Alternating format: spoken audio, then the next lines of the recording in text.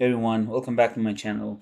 In my previous two tutorials, I have talked about two-way ANOVA results and how to interpret them, and also post hoc tests that compares each group against each other, so that we can specify what the differences are. And so now it is important for us to claim those results are true and accurate and unbiased, and that can only be ensured by checking the assumptions. So you know that in any hypothesis testing, there are some assumptions that has to be true in order to claim that your results are true. So certain conditions have to be met before we claim that results are accurate or unbiased. So and it's true for depending on what test you're running. It's true for any kind of hypothesis testing. You essentially have assumptions associated with that test. So for ANOVA, two-way ANOVA, we have several assumptions, including residual normality, and homogeneity or equality of variance. And then we also can have alternative robust test. Okay, if you violate, for example, equality of variance and residual normality. So let's see. So again, we run the ANOVA standard ANOVA again because you need this you need to predict this. So first assumption is residual normality. What is that? So residuals are those unexplained variances that are not explained by your factor variables, in our case sex and age group, right? So they're unexplained variances. They are called residuals. So your residuals are expected to be assumed to be normally distributed, or at least approximately normally distributed. It doesn't have to be perfectly normal distribution, but approximately normal. So right after estimating this two-way ANOVA, you need to predict what's called reseed, so which is basically residuals, and you can level its residuals. And so run the execution, and you can see that this has been run and there's no red, nothing in red, so that means it's been done perfectly.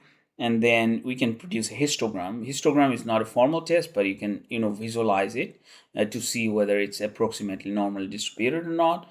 And so histogram and then reseed, because we are doing the histogram of the reseed residual variable, right, whether it's normal or not, and this is the title. And then you run the selection, and you can see there's slight right tail over here, but it's approximately normal. Okay, normally distributed. So histogram suggests that we did not violate this assumption, and the same goes for it is the same test, K density test, same visualization, similar type of visualization. You can also see the normal density is here, but kernel density estimate is there. So it's similar, but you can see some right tail, which is okay. We're not violating with that slight right tail. So one important thing to be noted, we have over 10,000 observations in this data set. So with such a large sample size, even if you violate this normality of residuals, you are even good to go, because it does not invalidate your ANOVA results. Especially you need to be worried when you have less than 20 observations per group, so which is never the case for our data set. So the general threshold, or what's called rule of thumb, is 30 observations. If you have 30 observations per group, then that's sufficiently enough to not worry about this violation. And so the next thing is homogeneity of variance. So we cannot directly run homogeneity of variance, because you have the interaction effects. So after interaction, you cannot directly run. So therefore, we need to run this, add this thing, which is cell equals group, and there's two groups, so which is sex and age groups, right? So create this cell first, and so a new cell is created with that group. You can see this here.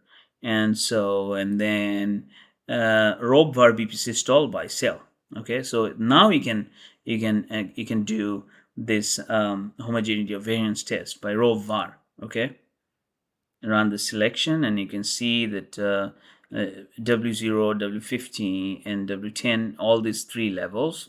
This is the mean, I think the median. So all three levels, the F statistic is statistically significant. All of them are less than 0.001. Okay, that means we reject the null, and null is this equality of variance. So that means we violated the assumptions. It's kind of counterintuitive, but the null hypothesis is that variances are equal, right?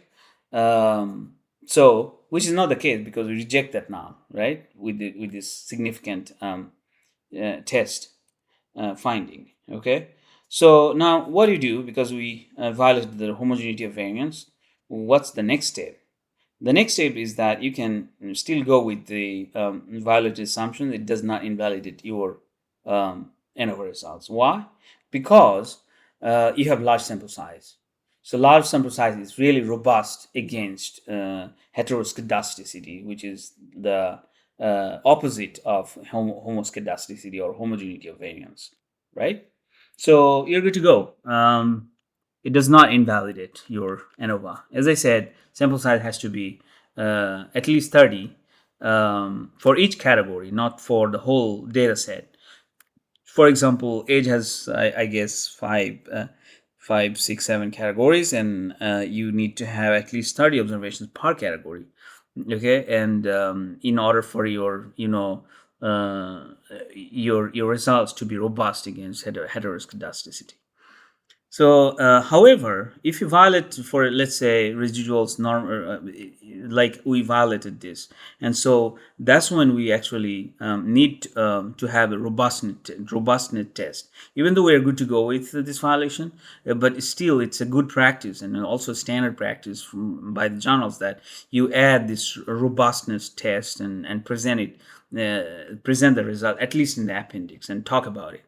Like if you find the robust alternative also to be consistent with the results you have from the ANOVA, then that means that your results are very, very strong. And so the robust alternative is the regression with the standard robust standard error. Okay. And what is regression? Regression is actually more powerful by default. It's the ANOVA is actually a variant of regression with categorical variables, but regression can handle both categorical and continuous variables, right? So, and regression is like ANOVA is a variant of that regression. So regression is always more robust than ANOVA. So you can entirely skip ANOVA and go with regression, but it's your choice. There's no methodological criteria which one you go for. But generally, if you have like your factor variables like one or two, you can go with the ANOVA, and that's fine. And so here, what we do is that we run the regression analysis with I means that it is the categorical variable, and also both are categorical variable, right? And so run this regression. Run this regression, and also we can run this regression with robust standard error, because that's how you do the robustness test. And you can see this and in regression you have one reference category. For example, one category is taken out. That means that's the reference against which all these groups are being compared. So compared to 20 to 29 female, all these females have significantly higher systolic blood pressure, as you can see the p-values and this coefficient, right? And so same goes for this. So I'm not going to go into the details of the ANOVA regression results. So what reveals is that we have significant results over here, except for this group, but we have significant differences in the interaction between a sex and age groups. So this robustness check also confirms that we have the same result from alternative tests. So that's how we have a very strong, accurate, and non-biased result. So you check the assumptions and you do the post hoc test, like two key comparisons, to see the specifications of what the differences are, and that's all. Thanks for watching. And also, I recently published a book on One-Way ANOVA, and that's available on Amazon. I'll put the link down below, so you may want to look at that. Thanks for watching again.